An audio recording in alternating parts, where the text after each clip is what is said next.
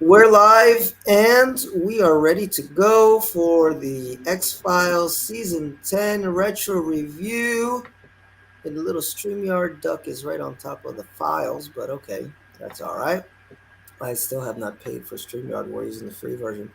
So, hello everybody. Thanks for joining us once more. Thanks for those that joined us last week and listened in and left a lot of comments in the Facebook groups. I love to interact with fans. And I love how passionate fans are about this show this many years later.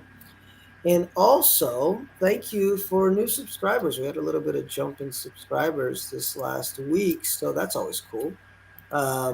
Just so you know, the game plan is tonight we're going to be doing season 10. There's only 6 episodes, so we're going to run through all of them, give you a little bit of a season recap at the end, what our top episodes are, and then the 2 weeks after that, we'll do season 11. And then we're going to get into Deep Space Nine. So if you're a sci-fi fan, get, buckle in because there's going to be a lot of sci-fi.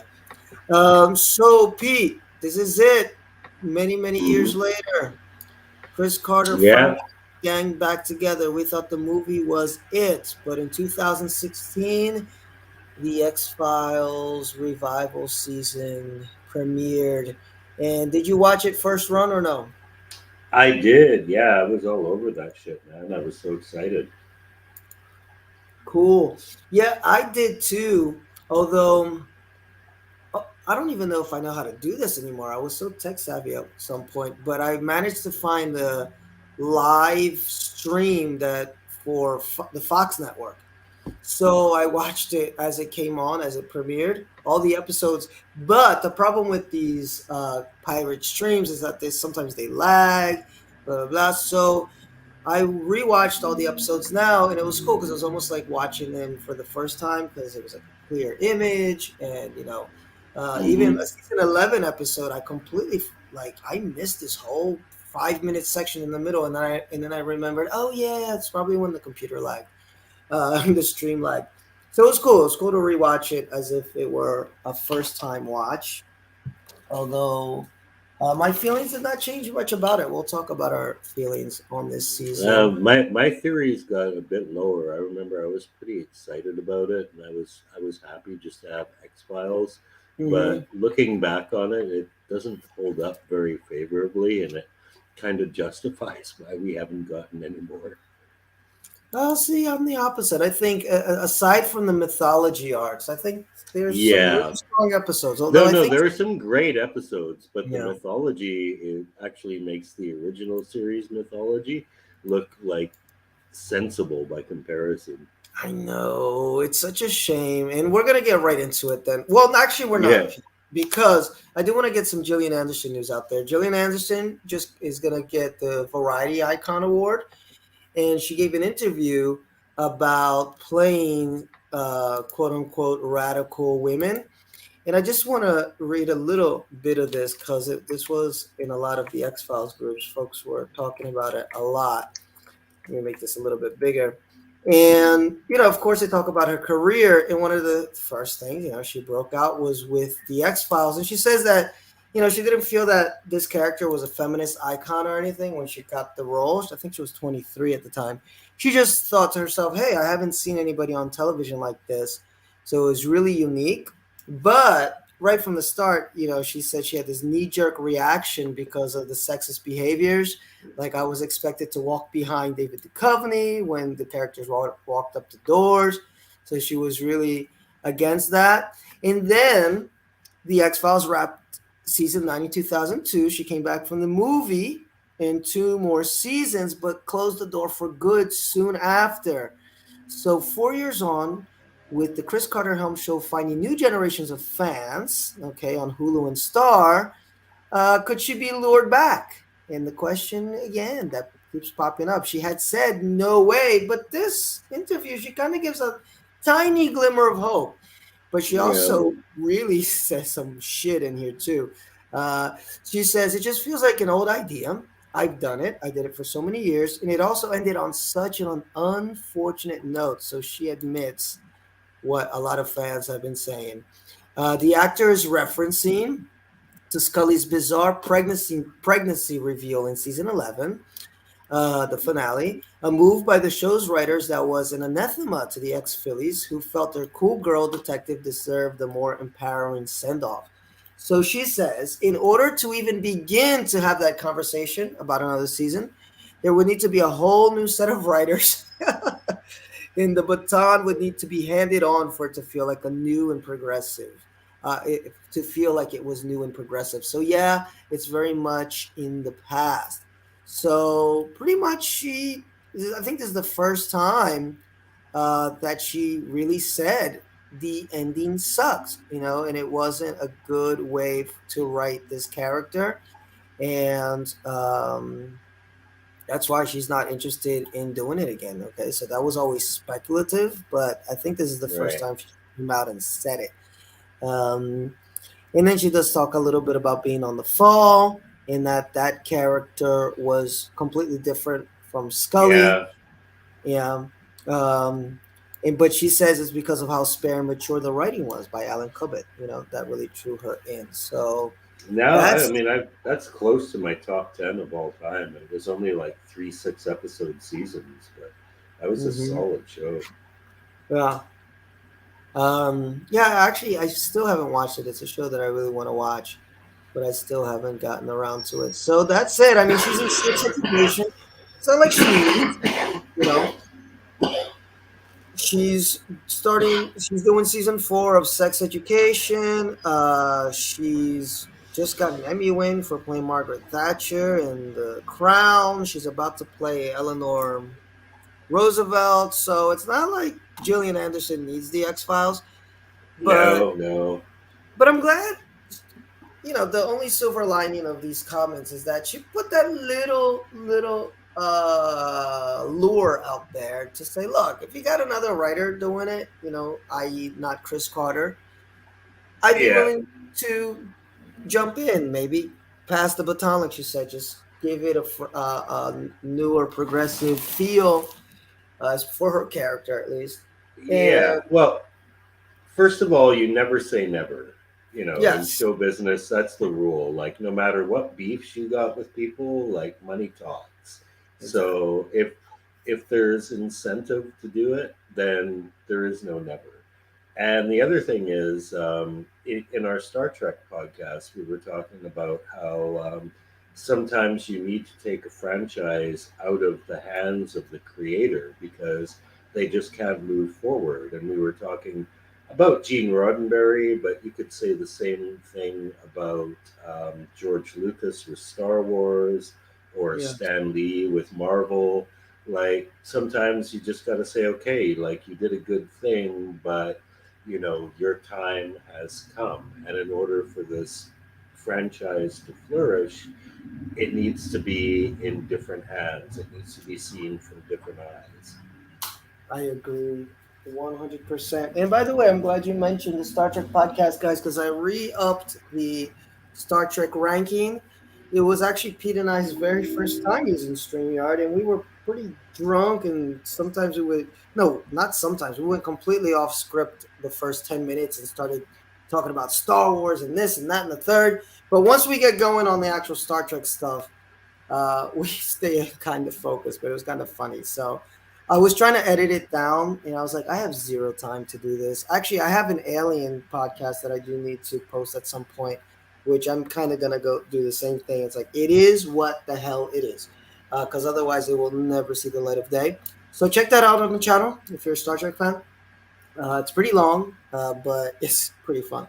Anyway, so I agree 100% with you, Pete. Is sometimes it needs to be seen by different eyes in order for it to move forward.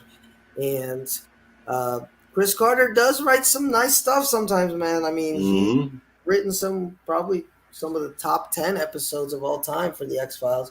His name is probably at least on one of those.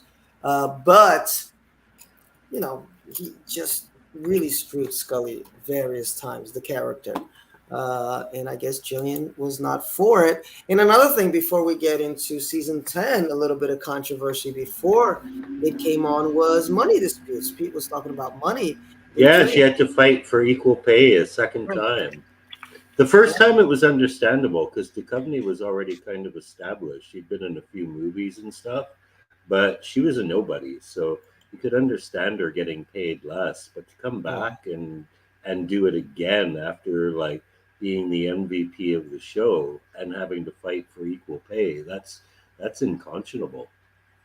And it's just a slap in the face. I mean, this article here was. Oh, okay. According to database, Anderson received a smaller check than Duchovny during the X Files original run. It took 3 years for the start to negotiate equal pay. When the series revived in 2016, she had to assert her authority on the matter once again. The Yep. studio attempted to undo her efforts when they offered to pay her half of what her co star made. Anderson did not accept the wage gap after all the work she had done. And man, she pretty much carried the X Files for 2 seasons by herself, and you're Yep. not going to give her top billing or equal pay. And we get that at the heart of it all, yes, it is the Mulder story, but you can't have the Mulder story without Scully right there. So, what a slap in Yep. the face. So, a lot of things probably contributed to her saying, I am done with this. But, glimmer of Yep. hope, maybe one day, we're not praying for Chris Carter to croak or anything, but who knows? But, guys, so we start with My Struggle One. And what a wacky episode. Yeah. This is Um, a full blown return to the X Files, but with like the breaks off and all the crazy on, man. yes, it premiered January 24th, 2016. I believe it was after a football game or something. So it got a lot Hmm. of hype because of that. It premiered to 16.19 million viewers, so there are a lot of people interested in seeing some more. X Files, written by Chris Carter, directed by Chris Carter, amazingly has an 8.0 rating on IMDb. I don't know how, but Yeah. it is what it is. So, Pete, you gonna try to give us a synopsis? Good luck. Yeah. So last time we saw Mulder and Scully, they were riding off into the sunset to live happily ever after. But they appear to have broken up just because Mulder is a moody fucking bitch, and Scully Mm-hmm. apparently hasn't been able to deal with him. So they've kind of been parted. They're still in love, but they're living separate lives. But they get reunited in 2016 when Skinner asked for both their services because they have um, a supernatural emergency that is related to a. He's a webcaster. He's not a reality show host. He's a webcaster, but Yeah, he's a it, conspiracy theorist. it's a riff off of Alex Jones. One of those. Yeah, definitely. Although there's nothing about him that seems particularly right wing. He's just like a truther. I mean, Alex Yeah, Jones is like a full exactly. on right wing motherfucker. This guy is just like, he's a conspiracy theorist, he's a truther, and he is actually played by an excellent actor, Joel McHale. If you ever Mm-hmm. saw Julia Louise Dreyfus's series Veep, he's really good at that. He's good at these playing these slick, smooth talking type characters, and yeah, he's really good at this. So he is basically the conduit to introduce this new mythology, and he introduces us to another wonderful guest star. This is one thing I liked about this episode, the guest star. The guest star is this Russian chick, Sveta, who is played by Arnett Mahendru, who fans of The American may remember as the poor, ill fated KGB double agent. She was also in Walking Dead, World Beyond. Beautiful girl, good actress, and now she's in the X Files.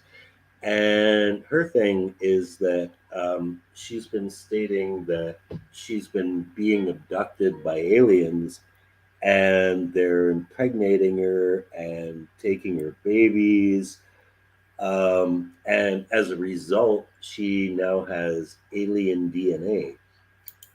Mm-hmm. Now, this O'Malley actually ups the ante and he takes them to a warehouse and he shows them the spaceship. Like this is more reveals than like we ever got in the original series. We see spaceships in the air, but they actually take them to a warehouse and show them a parked spaceship.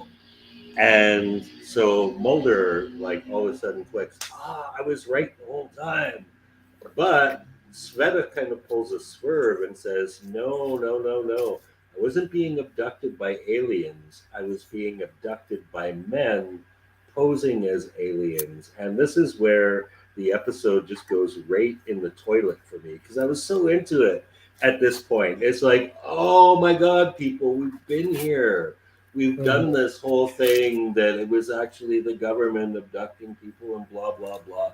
Like, oh my God, like we're just going in circles now. We've waited till Yes. 2016 to go in circles where it's all just a government conspiracy. Aliens are real, that's established. But most of the conspiracy shit is just the government being bastards, which in 2016, with retrospect, wasn't very responsible because we already had enough real conspiracy theorists out there. We didn't really need a show fanning the flames of people's paranoia. So this part I really didn't dig. We also had like a pre-scene of Roswell, so we get a Roswell scientist in there. Didn't it Um, open with that? I think it opens with yes, it the did. It opened spaceship with crash. Roswell. Yeah. Yeah, yeah.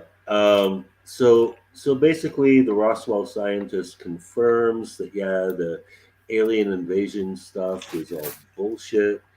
Um, and I don't think we get into the main conspiracy in this, except for the fact that the government is going to create a crisis. We don't learn what the crisis is in this episode, but O'Malley is basically like, yeah, the government's using aliens as a smokescreen. They're going to create a crisis. He details a checklist of all the things that are going to happen to make this come true. The military gets involved, and O'Malley's website gets taken down. Sveta gets paid off. She says O'Malley paid her to tell lies, and nothing comes of it. But Skinner is intrigued enough that all of a sudden, Mulder and Scully, after since 2002, they are back officially working at the FBI. Because in the movie, they weren't working for the FBI. They were just, No. no, Scully wasn't working for them at all, and Mulder was just like an outside consultant. But they are back. The X Files are back in business. And we Nice. learned this through a letter to somebody who has no business being alive. Last scene, yes, we see the smoking man getting notification that the X Files are back in business and it is bad news. So I gotta Yeah. say, this episode started very well, getting back into shit. But as soon as they started just rehashing stuff that we've already done so many times, the red herrings, the it's not aliens, it's the government, I got a bit cynical. I would still give it a thumbs up just because it was nice to see what they've been up to in this time, like how the relationship has progressed. But it was more the Mulder and Scully stuff. The actual story had me at first, but definitely lost me in the second half. I'm exactly like you. I remember I liked it a little bit more than I did the first time I watched it, and again, probably because I was watching it on like a live stream, and sometimes you miss bits of dialogue and stuff like that. But it had me at the start. I mean, it was high action. It didn't waste any time uh, getting going.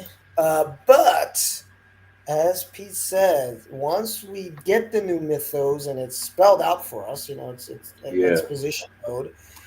It's just like what? So the new mythos is that all the alien stuff is fake, but we do have aliens. You know, and Hmm. apparently they're trying to use this alien technology against humans. When we get to My Struggle 2, we get like a more of a breakdown direct from Hmm. Smoking Man. But there's apparently some everybody's being injected with DNA, alien DNA. We'll get into that later. But as far as just getting the show back, making getting all the characters in the right place at the right time, blah blah blah. It's okay. It's not as bad Yeah, as it's not terrible. I did really like the guest stars. This is one thing that the new X Files like really carried over from the original series is that they found really good guest stars. hmm Um, and the Roswell stuff I thought was really cool. I thought that was really well shot. But then I put here, oh my God, Carter tried to tie all conspiracies together.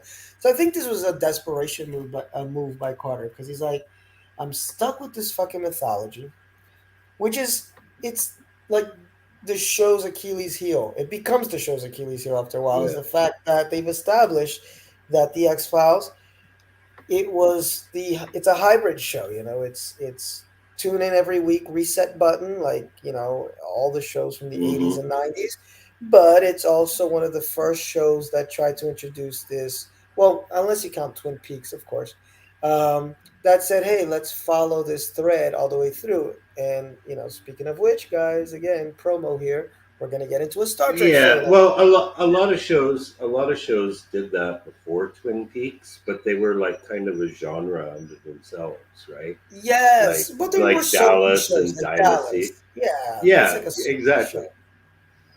Well, yeah, but that's what I mean. It was a Yeah. genre in itself. Like you Yes. had to have like rich people and power struggles and sex and drama, Yes. Yes. and No, that just was like kind of regular old yeah. broadcast drama, it's like, okay, here's the adventure of the week. Is TJ Hooker going to catch the guy? Is Chips going to Hmm. catch the guy? Miami Vice, whatever, Quantum Leap. So it was revolutionary for the time, and Yeah. it was very deep. It was very intricate, and then there was nothing more to tell in his mythology, but you're stuck with it because it's part. Because I think about this sometimes, Pete. Because obviously we just did a rewatch of the whole series. Would I have enjoyed the X Files as much without the mythos? If we just took out the mythos and just watched it just for Monsters of the Week, and I don't think I would. There's No, something no. special with the mythos, but it just gets so convoluted. I think Pete, you mentioned once, it's like some of the comic book stuff that you're like it just gets so out there. Like people travel back in time and then they meet themselves in the future and then they meet themselves in the past and Yeah. then they die, they come back and this. And after a while, what comic books have the luxury of doing is saying, hey, let's have a crisis on infinite Earths, Yeah. and, Yeah. and Or they just do a time jump. They change creative teams like this isn't working. And it's like, all mhm, right, forget all that other stuff. It's 6 months later and we're just not gonna mention that stuff again. mhm, exactly. And Chris Carter doesn't have that much luxury to do that on this TV show. But I think this was his attempt at reset button. Like he just joined all the computer, like everything, guys, from the super soldiers to the bounty hunters to the black oil. It was all just the government doing it. It wasn't really real. And if you're watching this as a fan, you're like, what? And then yes, and this is the new mythology: is that really the government wants to kill you, and they're using aliens as a smokescreen. So Yeah. And the unfortunate thing about that is like so many people believe that already. So you're only really fanning the flames of hysteria. yes, yes, yes, yes. And that's another issue with the X Files. And I was reading some articles, and I think I actually wrote an article for my blog at the time before the show came out. Is can the X Files still pack a punch in the age of post conspiracy, post 9/11, where you can Yeah. go on YouTube and watch what was that documentary? I forgot now, but it got millions and millions of views about the Twin Towers was an inside job and Zeitgeist, and there's a whole bunch. And Alex Jones, the Alex Jones of the world. Hmm. You know, we live in this post conspiracy time, where it's all kind of out there, and people talk about it freely. When the X Files it premiered in '93, like I've said many times before, the X Files, I was a fan of Art Bell, and that was pretty much where you got this fringe information. There was no Hmm. internet, there was nothing like that, so you felt like you were in a special club when they talked about this stuff because it wasn't mainstream, and then it became Hmm. mainstream. So so Chris Carter, God bless him, he was in a tough spot because he had that to contend with too. He had 9 seasons of wow, I don't remember everything that I wrote in 9 years as far as where the mythology went. Getting new people on board, getting old people on board, and also culturally, is even a conspiracy show? Does it pack that much punch? So, given all of that, given all those asterisks, it's okay. Hmm. It's okay. But Yeah. I appreciated the Monster of the Week episodes much better, especially the Yeah. first one. Pete, Well, what this go ahead. season is basically is like it's bookended by what Carter wanted the third X Files movie to be, Mm-hmm. and everything in the middle is just like, all right, we'll fill it out with Monster of the Week show. Mm-hmm. Yeah, and I think a little bit of also he had to rewrite some stuff because it was so long, and the idea when you put a show on, of course you want to grab the old fans, but you want to make new ones. Of So course. can't start talking about super soldiers 10 years after super soldiers. Yeah, I see a lot of comments in the wiki like he fucked up by not continuing that arc, which actually wasn't that bad, Yeah, but because that never got resolved. Like all they no. did was kill Roar. But as Yes. far as we know, the super soldier thing is still going on. Yes. But how are you going to bring that up, 10 years later? It's tough to do. I actually commend, the new Star Trek shows because they managed to just be like, you know what? Stuff happened in the past, like Picard, Star Trek Picard. You don't have to have watched Star Trek The Next Generation to get into Picard. There's little Easter eggs there, you know, but it's like they were smart enough to say, let's just go in a different direction because we can get new fans, we got the old fans, and make something completely new, which goes into Pete's initial point of sometimes that's what a franchise need. Hey, it's working for Star Trek. There's like 100 Star Trek shows now, and Star Trek was Hmm. dead in the water after Star Trek Enterprise. Like I had no faith in ever seeing Star Trek on TV again, and now it's just like I watch it every fucking week. I'm very happy. So that's that. But let's move ahead, Pete, and Hmm. get to the first Monster of the Week episode with Scully saying, "I'm old school Mulder," pre-Google, um, and it's called Founders Mutation, which is a really sneaky episode. I had forgotten about how sneaky this episode is because you think it's going one way and then it goes into something completely different at the end. Um, it premiered on January 25th, so next day. I think they did this whole event thing. To 9.6 million viewers, so a lot of people dropped off after that first episode. It went from 60 million to 9, but it doesn't have an 8.0 rating in it on IMDb. And it says when a scientist suddenly commits suicide, Mulder and Scully investigate what unseen force may have driven him into it. What they uncover is a laboratory where extreme genetic experimentation has been going on for decades, breeding subjects who possess unexpected and dangerous powers and who harbor deep resentments for the all new Founders mutation. And I love the beginning of this, the little, what do you call it, the teaser, with this Dr. Sanjay. He keeps hearing Hmm. this buzzing in his ear, and it's driving him nuts. And he's at this meeting, and he can't pay attention, and then he takes a pen or something, and he just stabs himself in the ear, and Yeah, I think that's it's a letter opener. yeah, letter opener, exactly. That's what it was. And Fox and Dana Scully are called out to the scene because it's a monster of the week. But as soon as they're there, well, not as soon as they're there, but as quickly as they get there, the case is closed. Okay, Um, and a DOD officer threatens to take action if they read into the files. But of course, it's Mulder and Scully, so they're going to continue investigating it.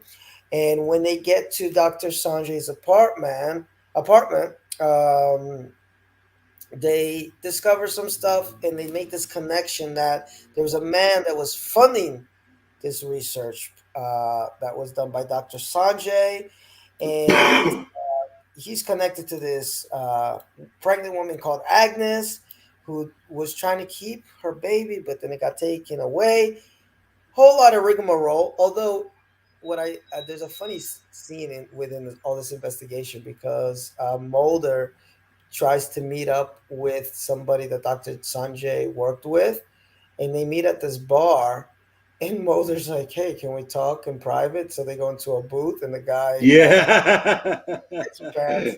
Yes. Uh, and Mulder almost gets a blowjob. But in the end, we find out that Mulder thinks that the DOD is still working, continuing the work of the syndicate and creating these alien human hybrids. So you get a little bit of the mythology there, and they're using the maternity ward to attract homeless women and taking their babies and trying to make these hybrids. Now, a part of this episode that for me lags a little bit, but it is kind of nice, is Scully, in the midst of all this, because they're talking about children and pregnancy and all these things, Scully starts to have these daydreams about um, her child, just that the child starts mutating into an alien like form, which was kind of cool. Um, but just kind of summing it up so we're not here all night, is that their investigation leads them to this guy named not Goldman Sack, but something Sack here. Augustus Goldman. Okay. Um, and they see that he works at this hospital with these kids with genetic mutations. And it ends up that he took his wife's child, I believe. Okay. Yes. Yes. And there's this other boy that is her brother, and they were separated. Um, and they've been calling out to each other. And when they call out to each other, it creates that noise that Sanjay kind of heard at the beginning. And they want to escape from this facility. And man, I love this end scene. It's so cool, like the last act of this episode. Because you think it's going to be just this Sanjay story and what's up with this buzzing in his ear. And Mulder even starts hearing the buzz and everything. Yeah. And in the end, it becomes almost like a mutant origin story. It's so cool, and like with the kids escaping out of the hospital and breaking the glass, fucking Goldman up. Like he gets fucked up. What is it? Like they make his eyes pop out or something. It's gory as Yeah. hell. And I'm like, oh my god, my X Files is back. It's gory, it's violent, and the kids escape, and I love that. Okay, it was pretty cool. And the end scene with Mulder with his kid, in a daydream, is kind of nice. So I dug it. I dug this one. I remember I dug it the first time I watched it. I was looking forward to watching it again. But there's a lot of gore. Yeah, a lot of gore. Yeah, there was. I just found this one really hard to follow, and I think it was supposed to be. It was trying to fool you a bit, but Mm-hmm. like the ultimate resolution kind of reminded me a bit of like it seemed to have been next, like a little bit of David Cronenberg's The Brood. Um, it wasn't really that original. Like it was original in the way that it took different tropes from different horror movies and kind of tried to put them together. But I don't know. To be honest, I was left more confused by this one than anything because when they hit you with that gotcha ending, it's supposed to be like, oh, I should have seen it. But when it did happen, it was like, well, I didn't see it because nobody in their right fucking mind would think that.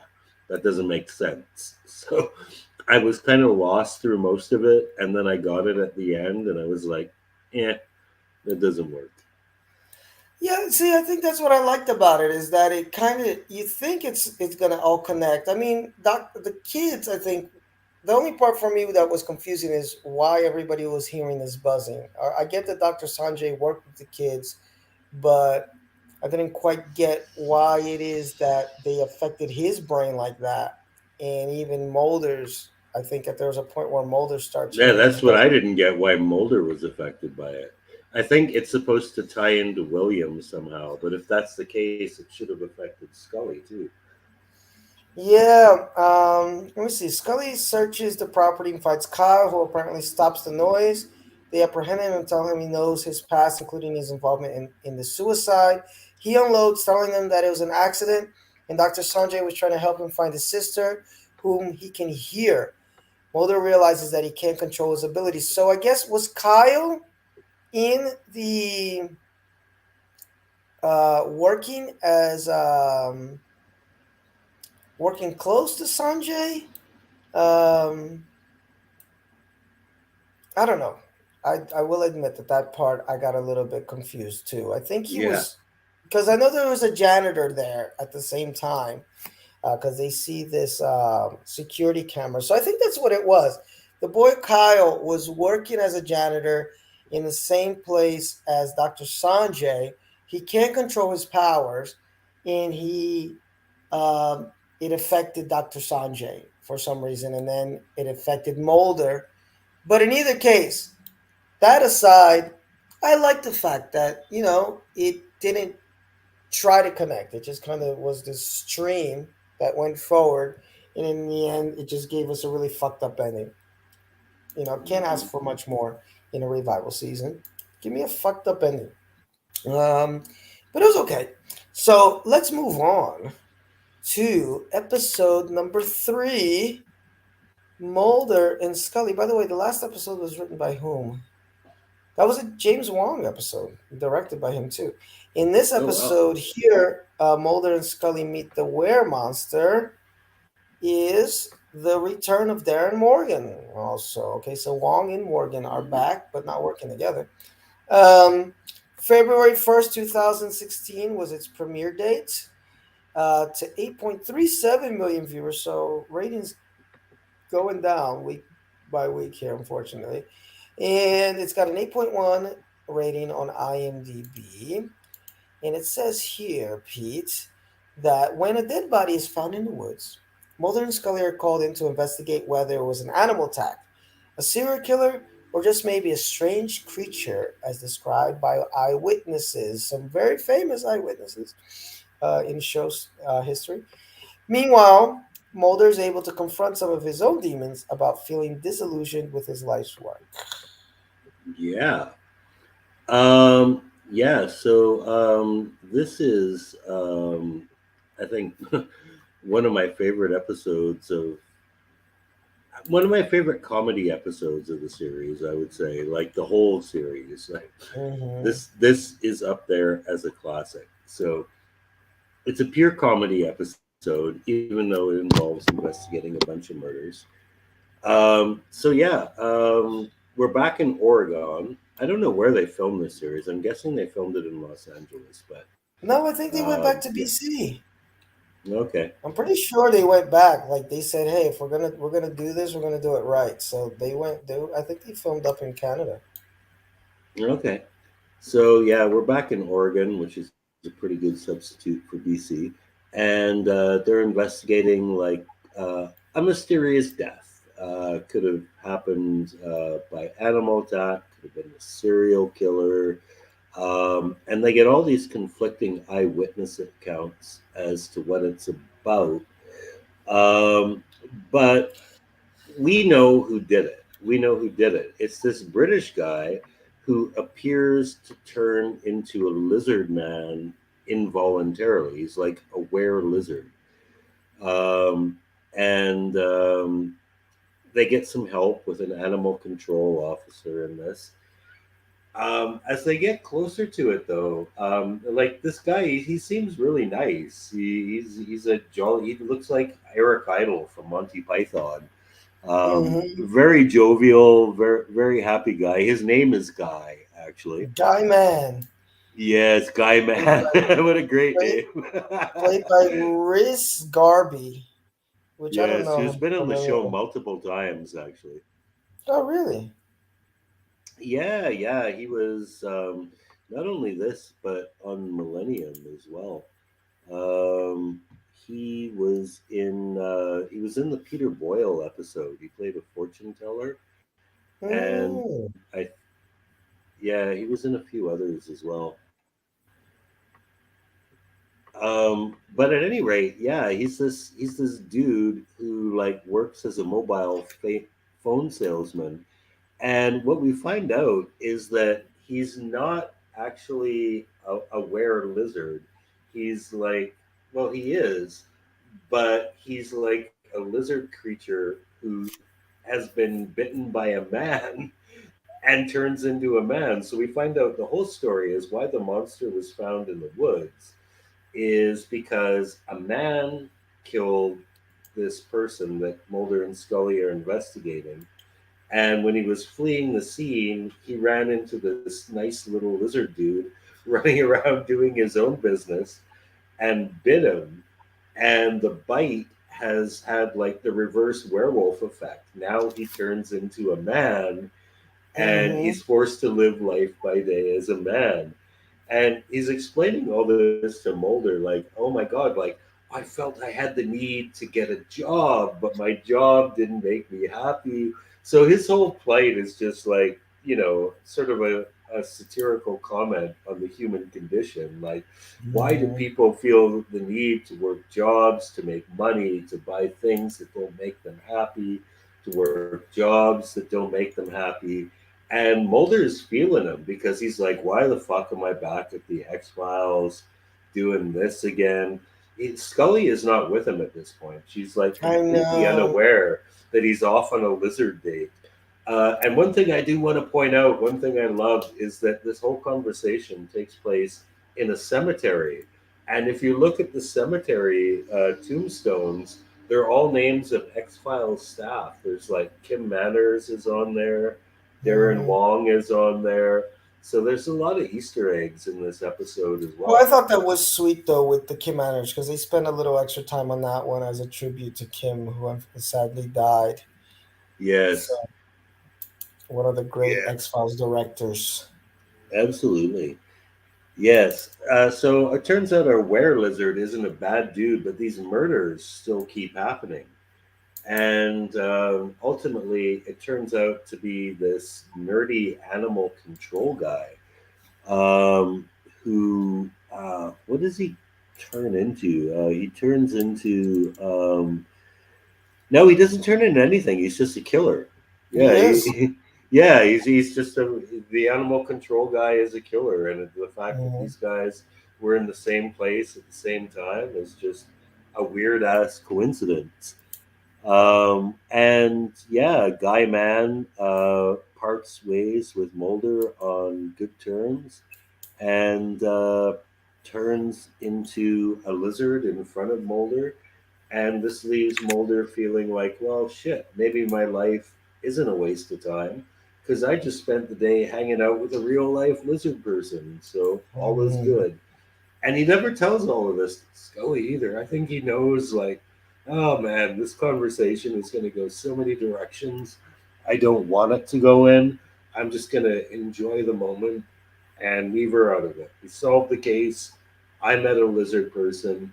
The lizard person is happy. We caught the killer. End of story.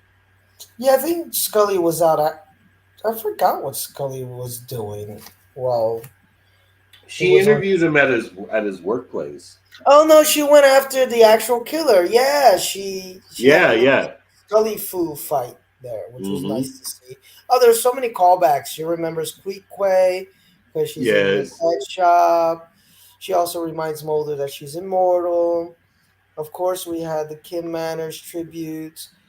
So many good things in this episode. This is a 5-star one for me too. We get the kids, the kids that get high all the time. What are their Yeah. names, man? Blah, blah, blah, blah, blah, blah. I have it right here. Well, I had it right here. Um, oh, ooh, I had it right here. Even the Speedo Mulder is seen wearing in the hotel is the same Speedo Yeah. Harry. So there's a lot.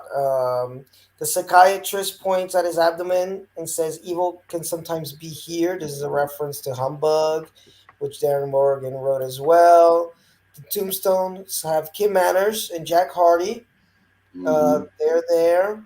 Oh my god, my computer's going crazy. It's just flipping off the page that I wanted.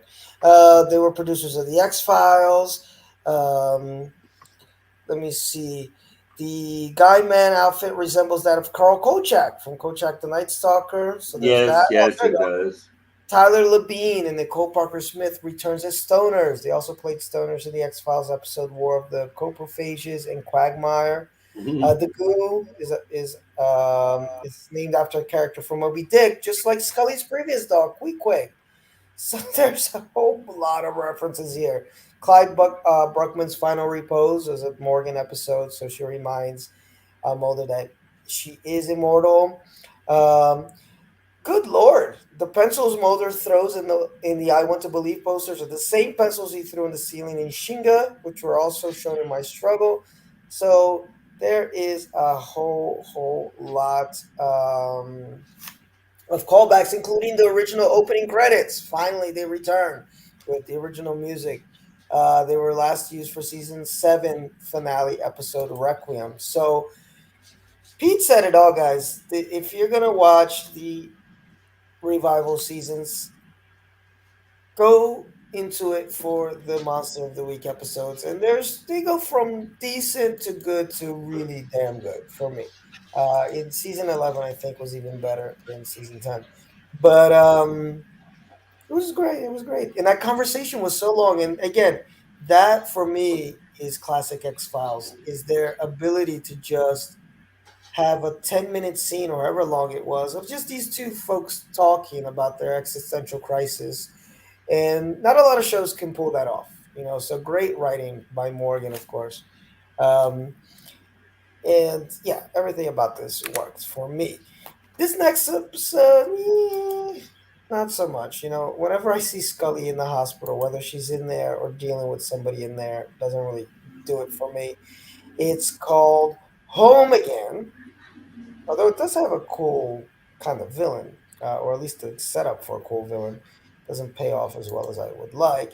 But Home Again is an episode that premiered on February 8th, sorry, 2016, so 8.3 million viewers, written by Glenn Morgan, directed by him, and has a 7.4 rating on IMDb.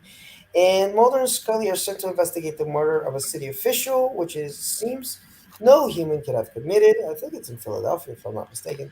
Meanwhile, Scully deals with a personal tragedy, which brings up many old feelings about the child she gave away for adoption. So we're getting the child thing, which keeps being brought up.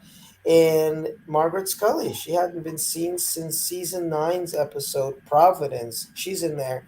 So basically, guys, this is an episode that I really wanted to like more than I did, because I like the setup of the X file of it, which is kind of cool. Which is, there's this dispute in the city, which again, if I'm not mistaken, they don't have the full synopsis on the wiki page. That's weird. But if I'm not mistaken, it's in Philadelphia, so that part already drew me in because I grew up near Philadelphia and then moved there when I was 18. So that was cool to see. And they want to tear down or they want to move a bunch of kind of homeless folks, because it's near a school, and there's a dispute between the city government and the folks that are trying to protect the or no, what is it, Pete? The lady doesn't want these folks to be moved to a housing unit that's too close to a school. So in either case, these homeless folks are being screwed by the city government and this lady Hmm. who's out for her own personal interest. So who protects the homeless? It's this Band-Aid man, this kind of slender man, Hmm. which I kind of wish the X Files had done something on Slender Man, because that was a kind of an urban myth that grew out of the last 10 years or so, 15 years or so. But it's as close as you get to Slender Man, because he's tall and big, and he shows up and he kills folks, and it's really disgusting. He's like he shows up Mm-hmm. as garbage man, and the kills are nasty, man. It's like the vermins come out of people and stuff, and he Yeah. smashes their heads in, really bloody. So big props to season 10 for being gory as hell, which I really liked. But while they're in the midst of this investigation, Scully gets a call that her mother's in a hospital. So she spends 60% of this episode just by her mother's side in trying to get this last message from her mother. The mom wants to talk to her son, who she hasn't spoken to in a long time. And then Scully starts reminiscing about her family and her kid and this and that. And I'm like, ugh. Not that just, totally kills the momentum of the episode. But in the end, they do find out that there's this graffiti, not a graffiti artist, but an urban artist, I guess we'll call him a street artist. Yeah, yeah. He paints the Band-Aid man, and he comes. And he comes, and then it goes back to that, something that we've seen in the X Files before, the Tulpa, apparently, which is your ability to manifest your consciousness into an object or a creature or something like that. There was an Right. episode, season 7 or 6, that was about that with the perfect homing community, um, where there was a tulpa there too that was killing all the homeowners. So that's pretty much it with this episode. I wanted to like it more because I really thought that the bad guy, the creature, was awesome. Mm-hmm. But the whole Scully crying in the hospital stuff, like I've seen that a million times. I don't get into it. I hate. Yeah, but it was kind of a significant thing, though. Like her mom died, didn't she?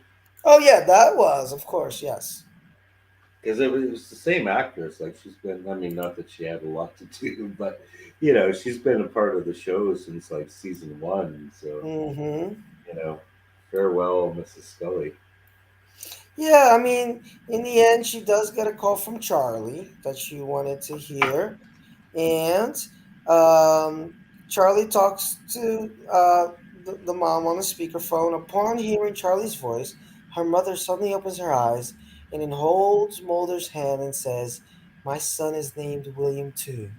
And she, Yes, yes. And this, of course, relates to Scully's feelings of guilt and abandonment because mm-hmm, we have like the trash man, and she's like, I want to know that we didn't treat our son like trash.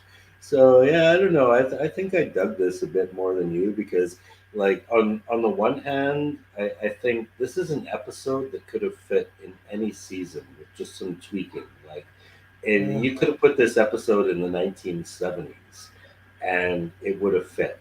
mm-hmm, Just that whole thing about like, poor people being pushed out of their neighborhoods by greedy rich developers, supernatural avenger, like that shit is gonna fly for like 200 years from now. That's gonna mm-hmm. fly. Yes. People are getting pushed off their moon colonies. We're like, we want a space monster to kill these bastards. Mm-hmm, But they did a nice job of making it tie into the characters in a relevant way as it relates to Scully's family and their feelings about William. So it was a good Monster of the Week episode that could fit in any era, but was tailored it was tweaked just a bit to make it more modern and relevant to these characters as we know them now. mm-hmm. No, I agree with you. It is important. It does touch on some points. I just get bored with that stuff. It's like, give me some monsters. I don't know. I just never got into it.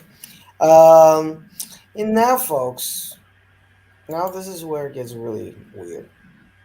Where is it? Bow! If you could break my heart, my achy breaking, This is a I don't wonderful think you episode. understand. Anyway, this is Yeah. the episode called Babylon. Yep.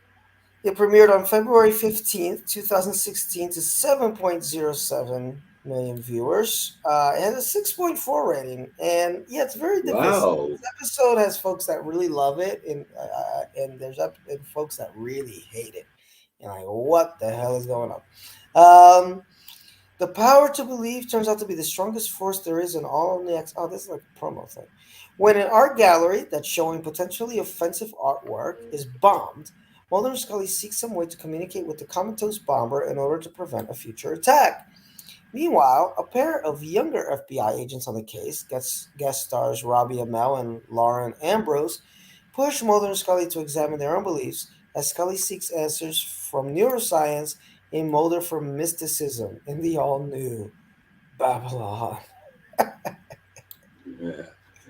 Yeah. Oh, To me, this one really this gave me season six vibes actually. mm-hmm. And I am really partial to season six of the X Files because they had already like kind of reached a high point as far as serious storytelling goes, but they had a bigger budget because of the movie, and they were just like, all right, man, we're gonna do whatever crazy shit we want to do.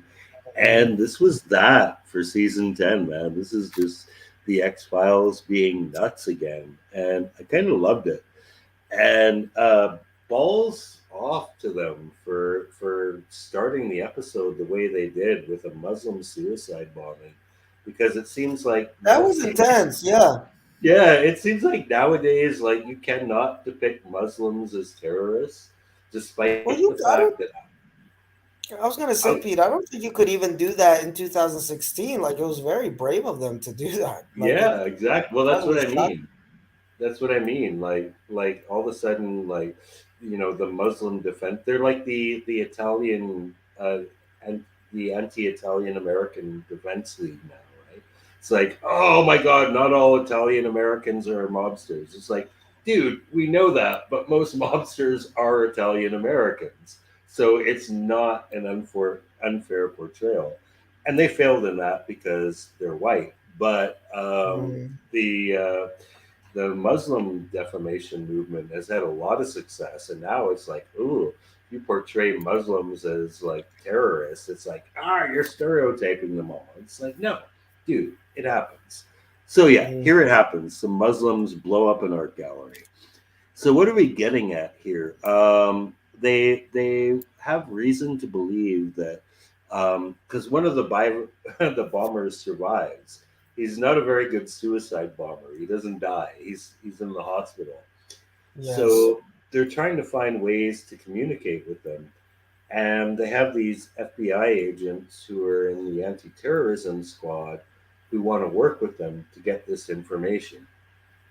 And there is this parallel between the characters. And first of all, I want to say I love that Lauren Ambrose was in this. Lauren Ambrose, great actress. She plays the young female skeptical agent Einstein. Probably best known for her role on 6 Feet Under, which is one of the early HBO prestige series. She was also in a really good B horror comedy called Psycho Beach Party. I don't know what else she's done besides The X Files since then. So it was good to see her in this, and she becomes a recurring character.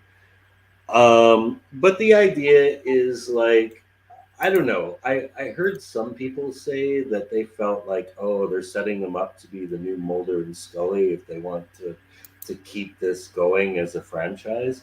I didn't get that feeling. I got the feeling that Mulder and Scully were like observing them from their older, early 50s state of being and remembering what they used to be like.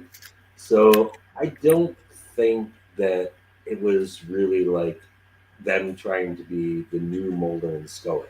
I think it was just like kind of nostalgia for Mulder and Scully to look at themselves through other eyes because they're the same way, right? They look the same, they dress the same, they have similar attitudes, they have similar chemistry. So the idea of these characters working together was kind of appealing. Just if you're going to bring a show back in years after it ended. You have to contrast between now and the old days. And that's what having these characters really did. Now, in terms of the plot, it doesn't actually make much sense, but I just kind of wrote with it because it was so funny. Yes. Um, yeah, Scully's trying to use the scientific method, and she's actually working with Agent Miller on this. So the skeptics and the believers pair off with each other. So yeah, she's with Miller as the believer. She's trying to use the scientific method. Meanwhile, Mulder goes off with Einstein and does mushrooms, which is, of course, one of the best X Files scenes in history. Mulder doing mushrooms and just being on a trip at a country bar, brilliant. We needed that. It was the X We did. Files scene we didn't know we need, but it turns out we did. Skin Uh, Man was there. Lone Gunmen were there. yes, yes, everyone was there. Um, as it turns out, though, the mushrooms don't actually. Oh no, actually, the mushrooms do achieve something. Mulder finds out he got a placebo. So he wasn't actually high during that whole bender, but yet he gets the name of the hotel where the terrorists were, and they arrest the terrorists and prevent another bombing. Yes. So that doesn't make any sense at all.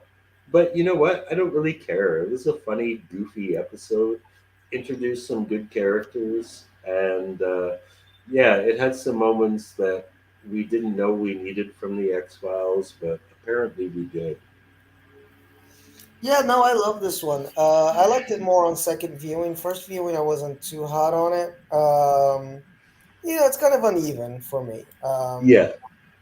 It- uh, it's the Miller and Einstein episode. Now, I don't know. Like in my notes, I put here Chris Carter doing hardcore spin-off fishing with them. I got that sense that it was like what whether it was passing the baton to these new agents or getting them a spin-off series, Yeah. but he was testing the waters. Let's see how what the reaction is if we got these two younger agents, and it got pretty much negative feedback from most of the fans. Like, Yeah, no, I don't think anybody wanted that. I think it was the nice thing about those characters is that they were like a mirror for Mulder and Scully.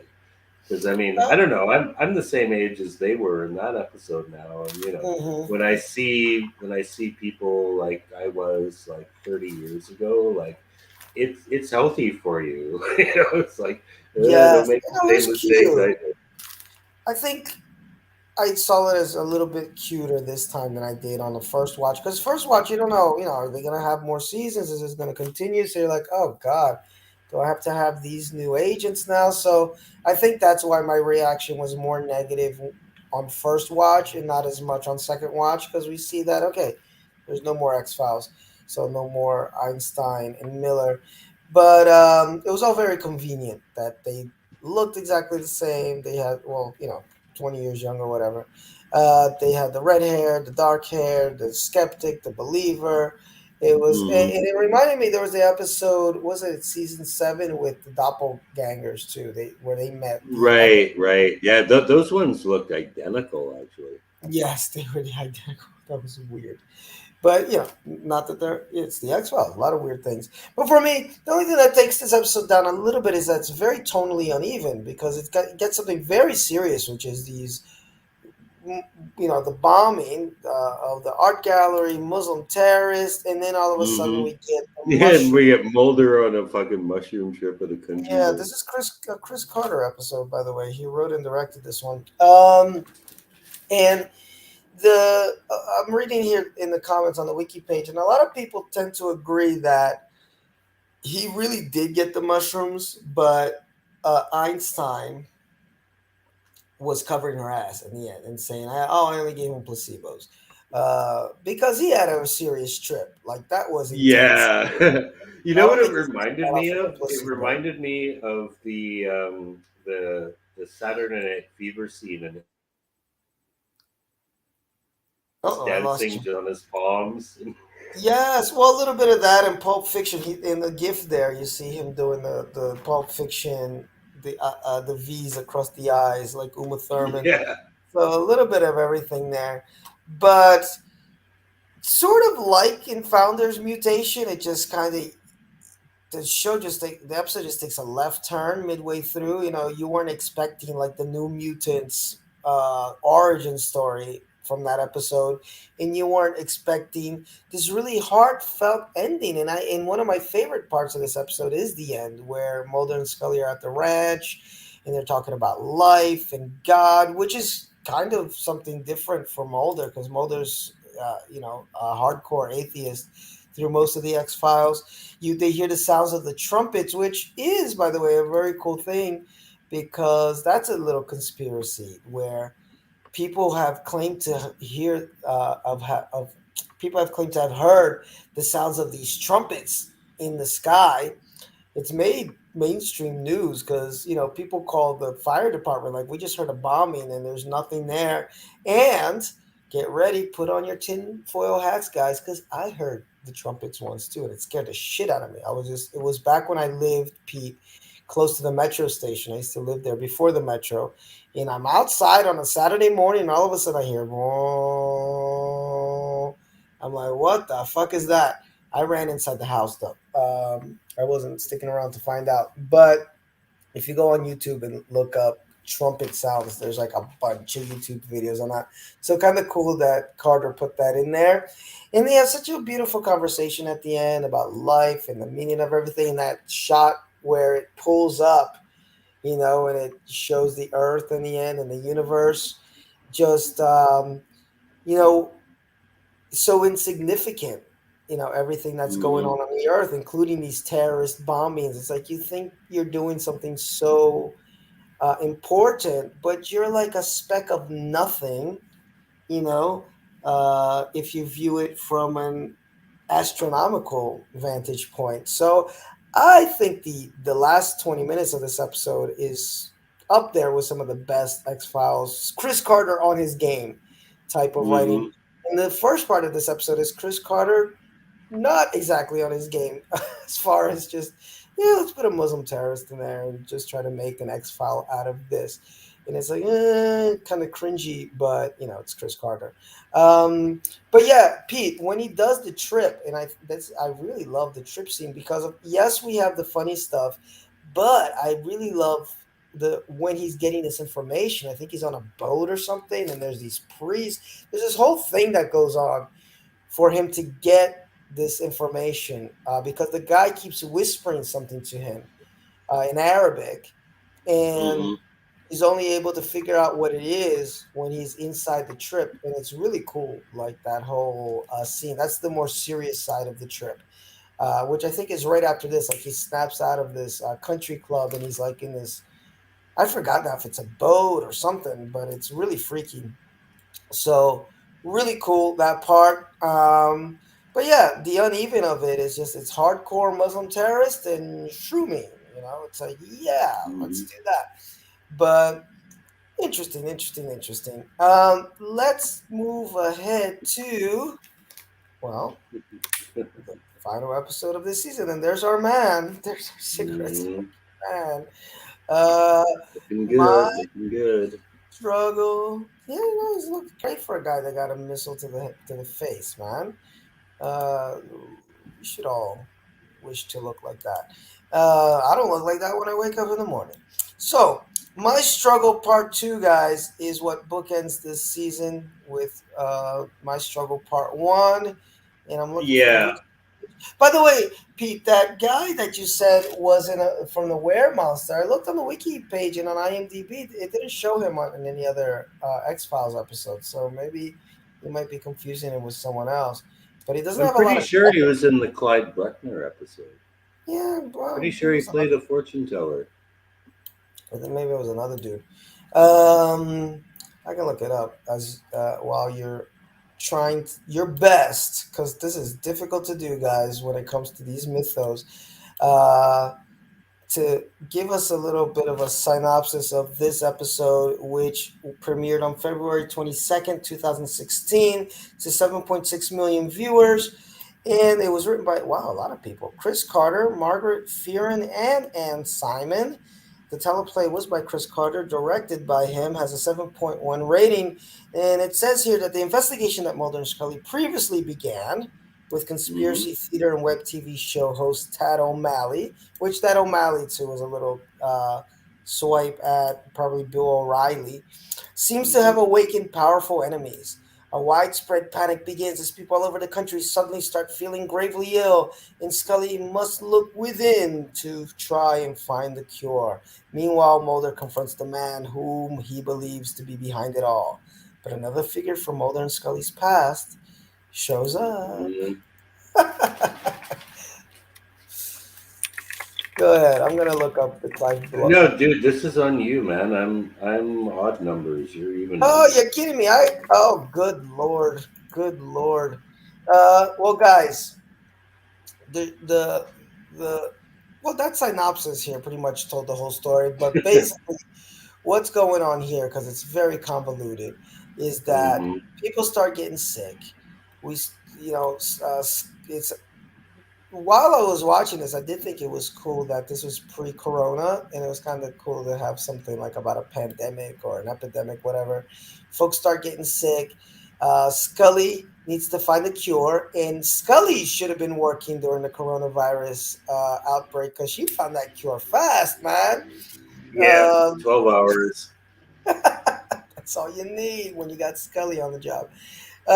Um, So yeah, they attempt to develop a vaccine using Scully's DNA because they realize that hey, there's alien stuff Hmm. in this virus. In that, oh my god, she gets this information. I had forgotten about this through Reyes. Reyes Reyes. shows back up, and man, Reyes. now Fucking traitor. Traitor. Sellout. Bitch. good Whore. lord, talk about things that piss fans off. Like Chris Carter, like he is a master at just pissing fans off. And there's a difference between subverting expectations, guys. And we've talked about this before on the show, Star Wars, The Last Jedi. For me, Yeah. that was a nice little like, okay, you were expecting this, we'll take this route. Uh, and just absolutely shitting on a character. Now, Yes. people Yes. will argue that they did that with Luke, but I don't think so. Luke was in a bad spot and he got to a good spot by the end. Here, Yeah. Reyes, who I wasn't even a big fan of myself, but I know she has her fans, just became a traitor. Yeah. You know? Yeah. Basically, the gist is that after the smoking man is revealed to be alive, he tells her that yeah, we're using alien DNA to create this virus Mm-hmm. that's gonna fucking wipe out most people, but I can save you and Scully. And her justification for going along with this is that she's gonna work against it from within. But we never actually see her do that, so that seems like kind of an empty promise. She's just going along for the free ride, and it's like, oh man, like I'm a Star Wars fan. I heard all that Luke Skywalker shit, but to me, like, it seemed like okay, it's been 20 years. The guy's been through a lot of shit.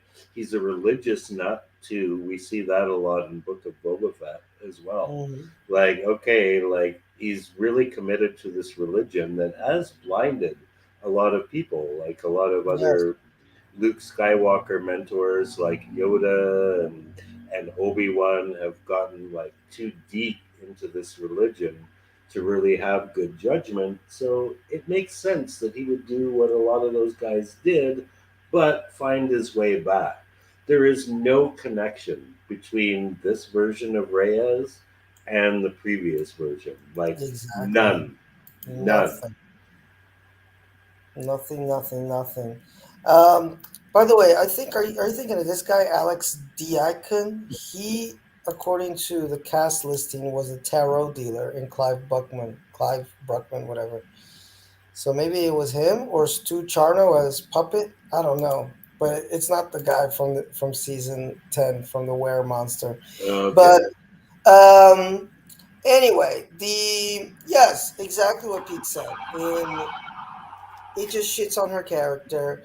And in the end of it all, like Pete said, the Smoky Man's big plan is that, hey, I'm just gonna kill most of humanity. Those that have the alien DNA virus in them are gonna be saved. And his justification for this is he says humanity just sucks. Basically, that's what he said, right? Yeah, Um, something like that. Yeah. he's like, Although yeah, that there is an alien invasion coming though, because Scully sees a ship on the freeway at hmm the end. So well, yes. the aliens Oh, see this virus coming, and they start to move in. yes, yes. We'll get to that. I guess in the season opener for the next for season 11. But yeah, basically, what's her name? Reyes says that she's been trying to help halt this invasion from the syndicate. I'm trying to get here exactly what it is that the cigarette smoking man says to uh, uh, to Mulder, because Mulder finds him. There is a cool scene where Mulder gets his ass beat in his house, but then he manages to get a W for once, and no, he doesn't. He gets beaten and he follows the guy in the car, and he arrives at the cigarette smoking man's house, and again, cigarette smoking man offers him a chance for survival. Okay, he declines, and he is found by Miller, who returns him to Washington with the hope of finding a cure. Because Mulder's dying from this too. Mulder did not get any love from from um, the Smoking Man. It says there's a continuity error here. The flashback showing Monica visiting the Smoking Man seems to retcon and downplay the seriousness of his burns he sustained in the original season finale. Uh, Well, yes, a little bit. the seriousness would be that his bones are in a fucking urn. Yes, look at this. This is so funny. Continuity error. Like, that's a real continuity error. Whereas this episode shows him with mere burns over his body, which is sorted with the help of surgery, the truth episode showed the Smoking Man being burned right down to his skeleton after being directly struck with a missile with no way of him being able to survive such an attack. Oh, guys, it's science fiction. This is the fiction part of the Yeah. side. Um, but I'm glad he's back. I mean, come on, I love this old dude. Yeah, Uh, I think that's the total Star Wars move. It's like, okay, we know we killed him off deader than dead, but you got to bring him back because he's the villain. well, you know what's funny is in season 11, they just give up on everything because in like when he shows up in season 11, he's not smoking out of his throat anymore. His face is all like he doesn't have the prosthetic. Yeah, yeah. And this one, like you get the impression that his exterior face is all a mask, and he's still like horribly Hmm burned underneath. He's got like a fake nose and fake hmm eyes.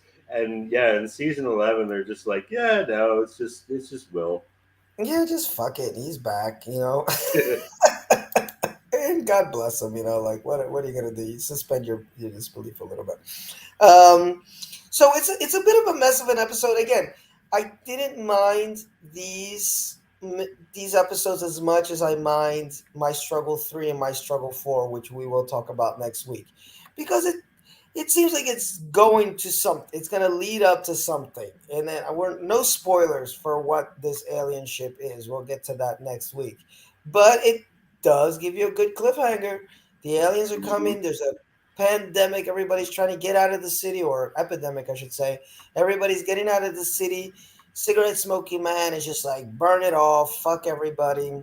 I'm saving my ass and whoever I choose to come with me, and it was okay. Didn't mind it too Yeah, much. yeah, Got me pumped.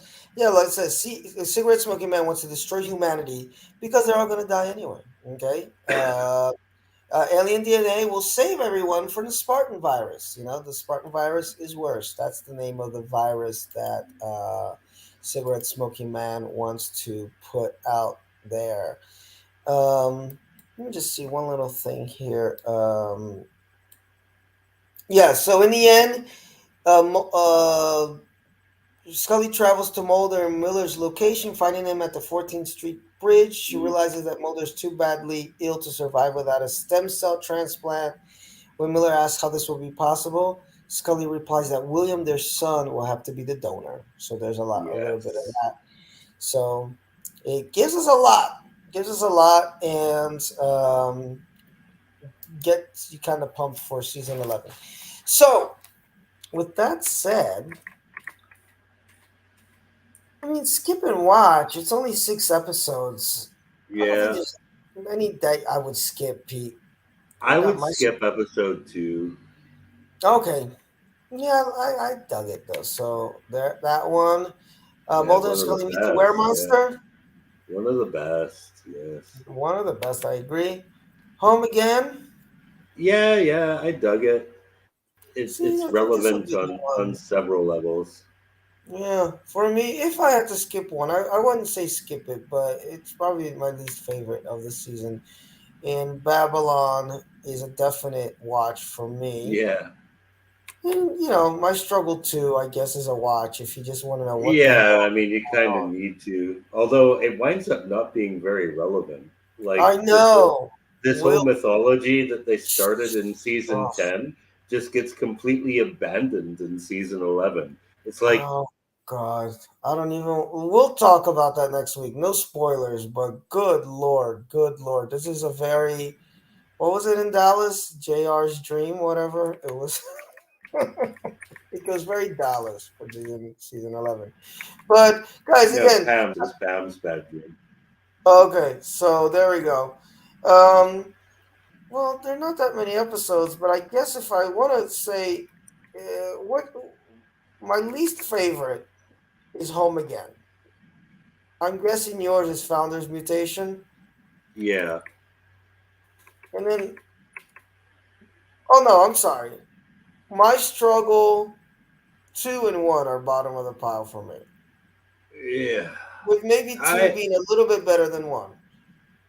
And then let there's not a lot of episodes, so let me just run it real quick, and then you do yours. I go My Struggle 1, My Struggle 2, and then Home Again, and then Founder's Mutation, and then Babylon, and then Mulder and Scully meet the Were Monster. That's probably my order of these episodes if I'm gonna rank them.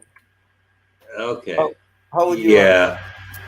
I would go Founder's Mutation at the bottom, My Struggle 2 at number 5. Um I might actually put the Band-Aid Man episode at number 4 just because My Struggle 1 was like the first X-Files in a long time, and there was promise there, so I would put that at 3, and then Babylon at 2, and Were Monster at number 1. All right. Well, we both agree Were Monster is the episode to watch here. So even if you just want to check out what Mulder and Scully have been up to, or not what they have been up to, but what they're doing at this point, you watch that episode. I think you'll really enjoy it. And season one is kind of season one. Episode one is kind of important, just if you're really curious of how they got back into the FBI. Uh, Exactly, yeah, it's an yeah, important so episode. it does serve that purpose. Now, your view of this season as a whole. Hmm. Well, it is what it is. Like, I'm kind of glad they did it as a miniseries because the impression I got was that this was Chris Carter's idea for a movie. I think it was been a really shitty movie, actually. It would have been So I'm horrible. kind of glad that they did it television style, and they bookended it with these nice mythology episodes because they were the high point. Like the mythology didn't really do much for me, but seeing Mulder and Scully in a millennial setting like 2016 was really nice. I thought, both Gillian and David did a great job, as did Mitch Pileggi. Good guest stars, good Monster of the Week stories. Just, okay, Chris Carter gets to tell his unfilmed movie story, but we don't have to suffer through that in its entirety. We got a lot of cool stories in the middle, not a lot of bad episodes. Overall, I remember being pretty excited about it. and leaving feeling not completely satisfied, but it's like, all right, it's something. And it wasn't terrible. So I was happy with it for the most part. Yeah, I think I'm the same. I was really excited for new X Files. That's I always mention on the show that I did a rewatch of this series. It was right before this, so 2016. Leading up to the series, I was very pumped for it, and I thought they were solid episodes. Not the best. I think it was like when you haven't taken that bicycle out for a couple months, maybe the wheels are gonna squeak a little bit, but it does move. It still takes you down the road, Mm-hmm. and that's how I felt about this season. Is that they're not really greased up. I think season 11 feels way more greased up. Like Matt, they're back on. Some of those episodes, they're on full cylinders. In this one, it's just getting back on that horse, getting back on that bicycle, but definitely more enjoyable for me than season 9, and even most of season 7. So I would rank this season up there, closer to the older seasons of the X Files. Not at the same height, but better than what we got as the show dwindled to its death. So that's it, folks. Oh, and I always like to give a shout out to the season 10 comics, which does the mythos much better. Okay, the Monster of the Week stuff in the season 10 comics isn't that great, but those mythos are great because they don't forget about the damn bounty hunters and all that stuff. They really do go after that storyline, and it's kind of cool. And the Cancer Man's return is much more believable in that, as far as him perhaps being a genetic mutation from the aliens and blah, blah, blah. I don't want to give too much away. And season 10, you get the lone gunman back because they just faked their death, which is such an easy out, guys. They faked their deaths. I wanted to see the lone gunman for real, um, in these last two seasons, but unfortunately, we got none. We But, did. We got well, virtually none. yeah, it was sort of. You got them in the trip, and then you get what's his name, the blondie dude stuck in some virtual reality death, but it's not really them. So that's it for this episode. Thank you all for joining us. As always, thanks for the views. Thanks for the subscribership. And we'll be back next week to do a bit more of X Files. And by the way, yes, we did change days. I mean, we may be on Thursdays sometimes, but I was just getting really tired on Thursdays. It's a long day for me. So that's it, folks. Adios. Cheers.